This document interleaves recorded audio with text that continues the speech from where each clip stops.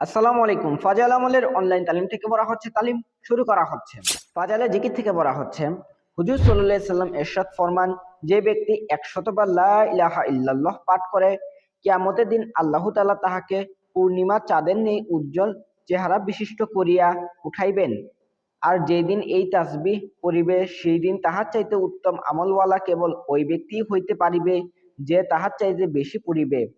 ফায়দা: বিভিন্ন আয়াত ও হাদিস দ্বারা এই কথা প্রমাণিত হয় যে লা ইলাহা ইল্লাল্লাহ দিলের জন্যও নূর এবং চেহারার জন্যও নূর।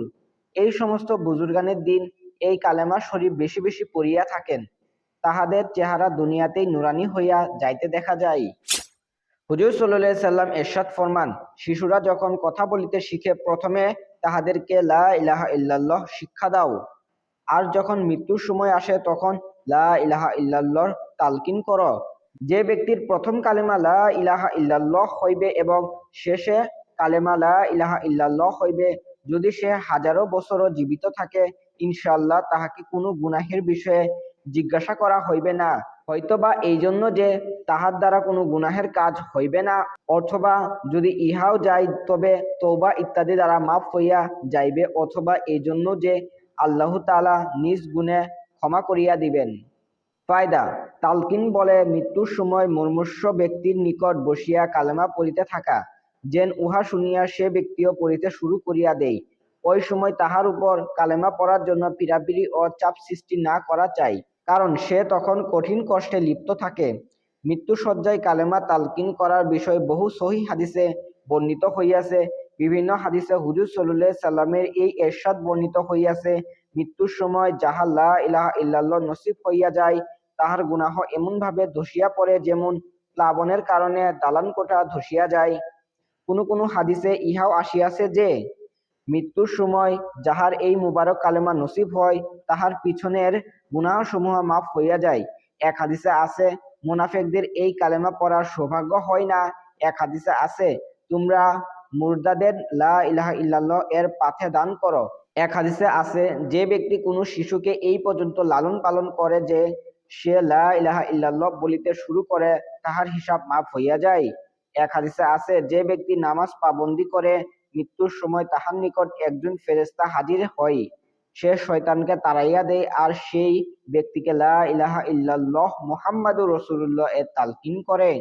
বহু পরীক্ষিত একটি বিষয় এই যে, তালকিনের দ্বারা বেশিরভাগ ফায়দা তখনই হয় যখন জীবিত অবস্থায় এই পাক কালেমার বেশি বেশি জিকিরে অভ্যাস রাখে।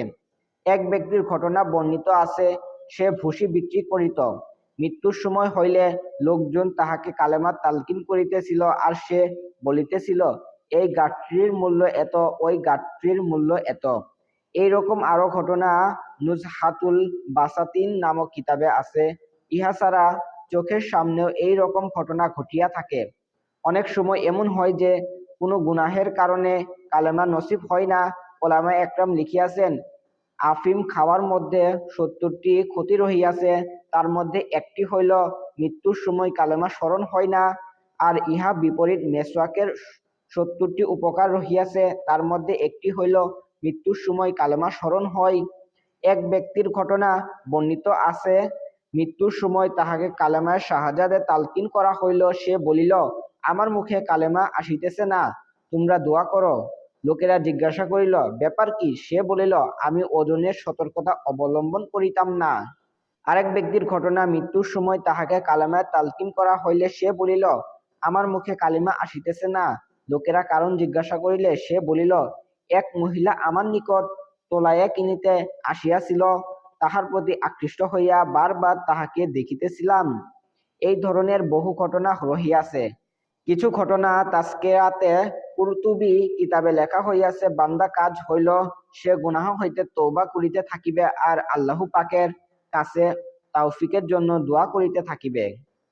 হুজুর সাল্লাল্লাহু আলাইহি সাল্লাম ইরশাদ ফরমান, লা ইলাহা ইল্লাল্লাহ হইতে না কোনো আমল আগে বাড়িতে পারে, আর না এই কালেমা কোনো গুনাহকে সারিতে পারে। ফায়দা: লা ইলাহা ইল্লাল্লাহ হইতে কোনো আমল আগে বাড়িতে পারে না, ইহা তো স্পষ্ট। কোনো আমলই এমন নাই যাহা কালেমা তাইয়্যিবার ব্যতীত গ্রহণযোগ্য হইতে পারে। নামাজ, রোজা, হজ, যাকাত, মোট কথা প্রত্যেকটি আমলের জন্য ঈমানের প্রয়োজন। যদি ঈমান থাকে তবে ওই সমস্ত আমলও কবুল হইতে পারে, নতুবা কবুল হইবে না। আর কালেমা তৈয়্যিবা যেহেতু স্বয়ং ঈমান, সেহেতু ইহা কোনো আমলের মুখাপেক্ষী নহে। এই কারণে কোনো ব্যক্তি যদি শুধু ঈমান রাখে এবং ঈমান ছাড়া তাহার কাছে আর কোনো আমল না থাকে, তবুও তো এক সময় ইনশাআল্লাহ সে অবশ্যই জান্নাতে যাইবে। আর যে ব্যক্তি ঈমান রাখে না, সে যতই পছন্দনীয় আমল করুক না কেন, নাজাতের জন্য যথেষ্ট নহে। হাদিসের দ্বিতীয় অংশ হইল কোনো গুনাহকে ছাড়ে না। ইহাকে যদি এই হিসাবে দেখা যায় যে কোনো ব্যক্তি জীবনের শেষ সময় মুসলমান হয় এবং কালেমা তৈয়্যিবা পড়ার পর সঙ্গে সঙ্গে মৃত্যুবরণ করে, তবে ইহা একটি স্পষ্ট বিষয় যে এই ঈমান গ্রহণ করিবার পূর্বে কুফুরের অবস্থায় সে ব্যক্তি যত গুনাহ করিয়াছিল, ওই সকল গুনাহ সর্বসম্মত মত অনুযায়ী মাফ হইয়া যাইবে। আর যদি উপরোক্ত বাক্যের দ্বারা পূর্ব হইতে পড়া বুঝায়, তবে হাদিস শরীফের অর্থ হইল এই কালেমা অন্তর পরিষ্কার ও পরিচ্ছন্ন হওয়া উপায় সংরূপ। যখন এই পবিত্র কালেমার জিকির বেশি বেশি করা হইবে, তখন অন্তর পরিষ্কার হইয়া যাওয়ার কারণে তওবা করা ব্যতীত স্থির পাইবে না এবং শেষ পর্যন্ত গুনাহ মাফের কারণ হইবে। এক হাদিসে আসিয়াছে, যে ব্যক্তি ঘুমাইবার সময় এবং ঘুম থেকে জাগিবার পর নিয়মিত লা ইলাহা ইল্লাল্লাহ পড়ে, স্বয়ং দুনিয়াও তাহাকে আখিরাতের জন্য প্রস্তুত করিয়া দিবেন এবং মুসিবত হইতে তাহাকে হেফাজত করিবেন।